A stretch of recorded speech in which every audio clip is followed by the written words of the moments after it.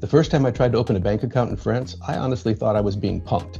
I picked a well-known French bank and I tried to open the account online in the US, and they told me it had to be done in person.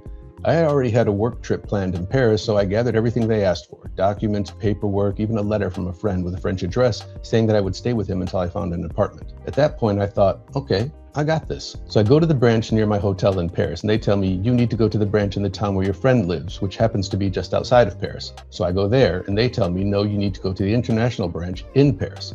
So I go back to the city center in Paris, and at the international branch, they tell me, sorry, but it has to be done online. At that point, I wasn't just frustrated, I was generally wondering, like, is this some kind of joke? So I left and I went back to the US. I emailed the contact that the international branch gave me, and she said, no, in fact, it has to be done in person. So I never opened an account with them. But that experience taught me something. Even if I find it inefficient, it's the system. What we call the runaround in the US is sometimes just how it works here, and it doesn't really bend to you. You have to learn to manage it.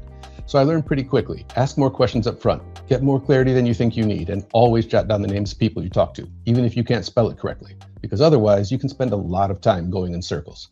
If this helped, follow along, and I'll keep sharing the real side of building a life here. Ciao for now.